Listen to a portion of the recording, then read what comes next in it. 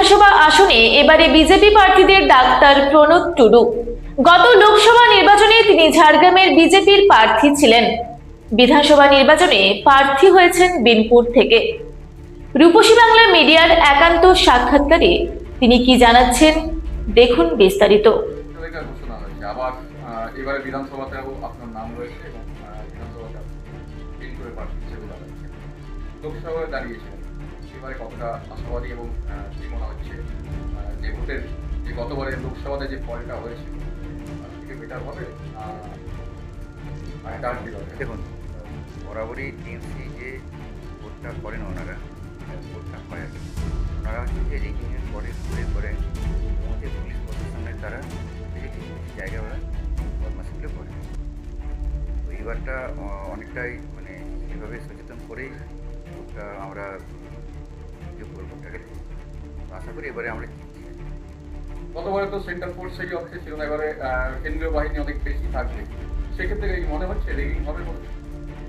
Ragging তো মানে Paschimbangla vote মানেই একটা আতঙ্কের ব্যাপার। আপনি খেয়াল করবেন যে এই যে আরও অন্যান্য জায়গায় কেরালা বা আসাম বলুন বা যেখানে আমাদের পশ্চিমবাংলার ভোট হচ্ছে সব কটাতে কিন্তু এক দফা করে ভোট।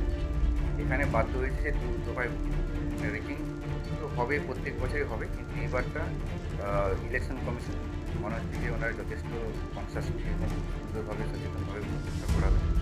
এবারে আশা করি রেগিংটা সেই তুলনায় হওয়ার চান্স কম। শান্তি শৃঙ্খলাভাবেই ভোট হবে, হ্যাঁ, এটার বিষয়ে কতটা আশাবাদী এবং কি একদম করে 100% আমরা জিতছি। আমরা এবং বাংলায় বিজেপি অবশ্যই আসছে এবং জঙ্গলমহলে আমরা অবশ্যই বিজেপি আমরা জিতছি। জেতার পরে প্রথম কাজ কি করবেন? দেখুন, জঙ্গলমহলে তো মানে পুরোটা জঙ্গলমহল থেকে স্বাস্থ্য ব্যবস্থা যা অবস্থা হয়ে রয়েছে আর কি, এখান থেকে বহু লোকজন থেকে রেফার করা হয় পাশের রাজ্যে বা কলকাতা রেফার করা হয়। তো স্বাস্থ্যর দিক দিয়ে বলুন বা রাস্তাঘাট তো আর তুলনা করা যায় না আর কি। তো গোটা বাংলার যা রাস্তাঘাটের যা অবস্থা, বিশেষ করে আমি জঙ্গলমহলের রাস্তার কথা বলি, এবং শুধু তাই নয় যে টুলুং যে নদীটা যেটা রয়েছে আর কি, রয়েছে সেখানে হচ্ছে কোনো ওভারব্রিজ নেই।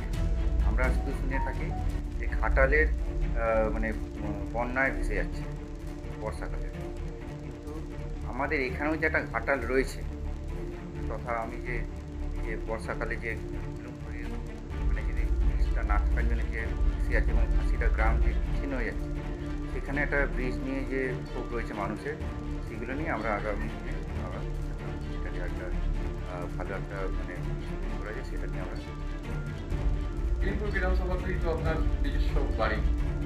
না, আমরা বিনপুর বিধানসভা আমার ঝাড়গ্রামে বাড়ি, এবং হচ্ছে যে বিধানসভা বলুন বা পুরো এলাকাগুলোতে আমি কাজ করেছি, ডাক্তার হিসেবে কাজ করেছি। তো ডাক্তার হিসাবে শুধুমাত্র স্বাস্থ্য ব্যাপারটা আমি দেখতে পারতাম, হিসাবে দেখতে পারতাম, কিন্তু আমি চাই যে মানুষের সেবা করতে। এই কারণে রাজনীতিতে আশা করি সেবা করতে পারবো মানুষের, সেই আশা।